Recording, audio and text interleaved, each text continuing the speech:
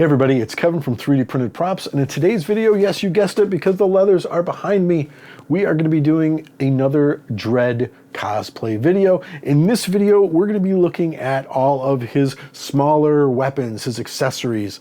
We're going to be looking at sort of the gas grenade, how I did that, the breach, the stun, and yes, his knife. Now, I modeled all of these, and you can get them over on my site, 3dprintedprops.com. The files, you can download them and print them out yourself and have fun putting them together. I'm going to show you how I did that. I'm going to show you how I printed them, how I painted them, and how I put them together. Let's go ahead behind the fake wall, and I'll show you how I did that. Okay, so I decided to print all these little parts off on one of my resin printers. I used my Peopoly Prime for these with Sierra Tech resin, and I'm just going to knock them back with a little 220. This is mostly for the support pits and the support, little lines and divots and things.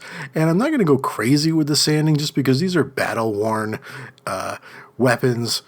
Now I'm going to use this Vallejo flat green for, the green color, of course, and just some cheap black basics paint to knock it back and darken it down. Now right off the bat I notice this is way too dark, but I'm going to go ahead and continue since I mixed some up, but it actually works out well because after it dries, and yes, it is too dark, what I'm going to be able to do is just go over it with this lighter green, just like the green right from the bottle.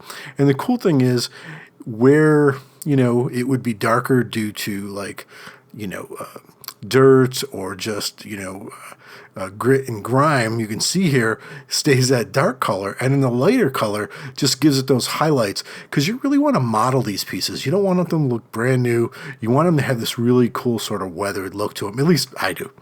Okay, so now the gas grenade. And it needs a little bit of sanding. Now, I did model this up in some different pieces, so it does have some support lines and some support pits, and we're going to sand those down. Make sure you wear a mask when you do this because this stuff is super dusty. So like all the pieces, I usually hit them with about a 220, then a 320, and then sometimes I go in with these little files to get anything else that needs to get cleaned up. Again, all the links for everything I use are in the description below. And now I'm just going ahead and actually using the sort of the better toned paint here, this nice green color, and then just hitting everything with a black that gets a black. And again, cheap black basic paint for this stuff. Now it's time to clear coat it. I use this dead flat because I want it to be flat. Now I'm using super glue for this. I use this Bob's glue, links below. I'm going to insert the pin and then go ahead and glue it all together like this. Now, I actually did model this so you could set it up where the pin actually pops, like you could pull the pin out. I just decided to go where it's just a straight model and no, animation or no action. So I cut these pins down. I thought I'd use metal just because sometimes when you try to print really thin rods like this in any type of 3D printing, it does not work out well. So I just went ahead and used some pieces of brass rod that I had, and I thought it looked pretty cool, gave it a little bit of a look of authenticity.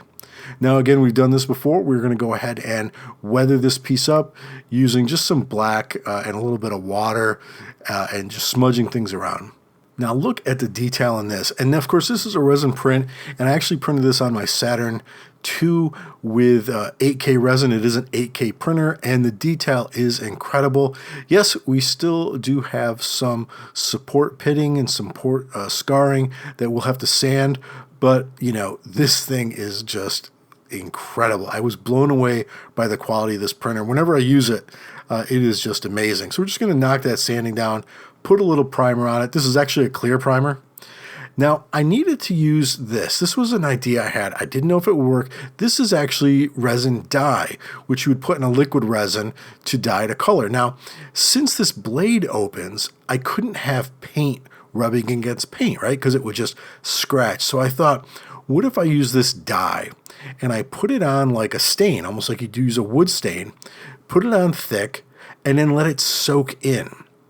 So then I did this to pretty much everything. I let it soak in, and then I just lightly rubbed it, and it gave it this cool metallic look. There's nothing that can scrape off at this point because it is actually, the dye which is what it is, it's not a paint, has soaked into the resin. Now, I've never done this before. I'm sure somebody has, but I thought this worked super well for something like this, because now you could slide this blade open and closed and not scrape up the paint. Now we're just going to give it a clear matte spray just to lock everything in. Now this pin was a little big, so I just used some tape, a little bit of electrical tape, wrapped it around the pin so it, give a little bit more thickness to it so it would hold this together better. But we're not just going to hold it together with this pin, we're going to glue it together as well. I built this little base up in the back that we will end up super gluing again with that Bob super glue. It's probably my favorite super glue. And this will go ahead and lock things in place in the back. And then all we need to do is slide the blade into the front area and then put the pin in. Now, it took a little fiddling to get this pin in, so I cut it. Not the pin, but the video. But once I sort of fiddled it in, it worked out just fine. And then I clamped it up and let it dry because I just didn't want it to go anywhere. Now we're going to add this little clip in the back, and just the detail on this, I'm just blown away. Always what resin can do. This thing looks super real. Now I'll probably have to come up with a better clip idea, but I like how it looks. Now for the stun bomb. This one, of course, layer lines, we have them everywhere. We're going to give them a quick sand, and then we're going to move on to painting. But first, I want to show you what else we're going to do. We're going to wire this sucker up so when you hit the button, it lights up. No, it isn't going to blink. I can't remember if it blinks in the movie or not, but it's going to fit into this thing, all that. So we're going to do some wiring, and now we're just going to wire this LED. Use a little heat shrink, because everything's going to be really tight quarters in here. We don't want anything touching wire to wire to short things out, so you always use your heat shrink. We're going to wire up the switch and get everything in its place. Now, again, I modeled all this stuff, so everything fits in here together. You got to do some finicky stuff if you want. Now, you can always print this solid, because I've got a solid version too, but if you want to give this a crack, you can give it a try. Now, I put little channels in here for the wiring so it can feed through, and I'm just finishing up all the connections, adding the battery, popping this on top. I put a little glue on it just to hold it in place, but first I test it. Now the glue, I can snap that out with a screwdriver. I had to, because I screwed something up, but it came out just fine. Then I'm giving everything a coat of paint, and then of course we're going to do everything we did before, where we're going to weather it and seal it so that the paint doesn't scratch off, again with the dead flat. And there we go. There's our little switch, and it looks pretty neat. So we're going to go ahead and put in the red lens here, and this was printed a resin printer with just some transparent resin that I dyed red. And I'm going to put the switch in and just drop the battery compartment, the light, the mechanism in, and the light's a little bit off to the side, and I probably should figure out a way to make that fit in there a little bit better, but I was, I was happy with how it turned out. And for something that I might not ever pull out of my belt, it looked pretty cool. Now, again, depending on your tolerances, mine snapped right together. You might have to fiddle with it. You might even have to glue it and then just sort of crack it apart when you need to. But when you hit that button, that light comes on, and that makes me really happy. Okay, so it'd be hard for me to pick a favorite out of this, because I love how this knife turned out. The detailing in this is just amazing. Yes, I did print it out on a resin printer. It might not look as super detailed if you did print it out on an FDM printer, and I actually printed it out on an 8K printer with 8K resin, so it's even really sharper than I've ever seen a resin print. Super happy with it. Now, I am a little concerned. This one might just be for show. This resin printed back clip, that is not going to hold on a belt buckle and not break right off. So I might go ahead and find a metallic one and sort of glue it on or something like that, or just sort of mount it to the side with Velcro. Again, because this is just a plastic knife, and I'm probably never going to take it off to use it. I'll be having the gun in my hand, but again, just crazy happy with how this came out. And of course, the stun, I just love how this thing looks. It's such a great design. All these things are, but adding the push button And the LED in there really takes this up to another level. Now, will I be on the floor and take this out of my belt loop and sort of turn it on? Probably not. But it's just a detail that I could not help trying to figure out. Now, I'll also have a couple other just dummies in there that are just solid that I'll have, so, you know, I'm not going to make all these light up. Of course, this one, I love how this one guy turned out, and the canister one. Now, I didn't put, as you saw in the video, I didn't put a pin coming out of it, so like you'd pull the pin.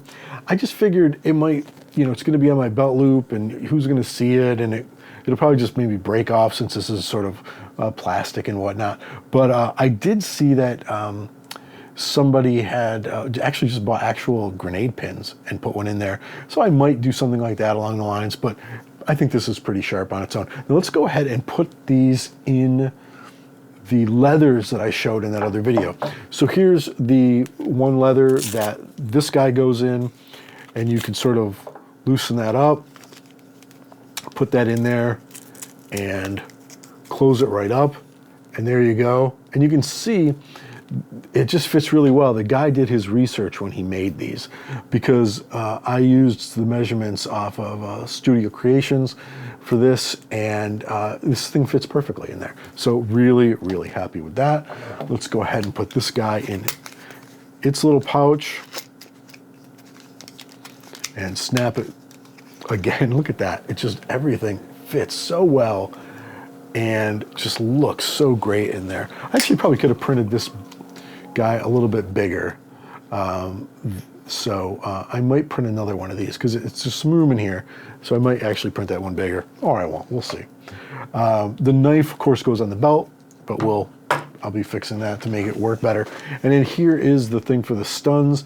And this is just a, sort of like a feeder, like, you know, you have a couple stacked here. And you sort of just push down and slide that thing in there like that, and boom. It is the first time I've tried this. I should have, every one of these other ones, I did a test before I printed it. Makes sense. The thing that took me the most time, I didn't do a test. This is a little big for this. It's not coming out, but the dummy one that I print, the hollow one that I print, I'll print it at probably 75%, so it'll fit up in here more. The only reason it's fitting in here now is because this is an open area. If I try to shove it up in there, yeah, it's not gonna fit. So that's on me, I should have measured. But this one will work because it's got this open space, so it's fitting. So there we go. We've got all his accessories right here, leathered up, and the knife that I'll work on putting in there. But yeah, super happy with how these things turned out. If you want to print these out yourself, head over to my site, 3dprinterprops.com, coupon below, and you can print them out, watch these videos, show you how I painted them, putting them together, and yeah, we are getting super, super close. All right, guys, I hope you liked the video. If you did, please click like, subscribe. Helps the video out, helps the channel out, and it also helps you out. You know when the next one comes up. All right, guys, take it easy. Have a great day, and I'll see you later.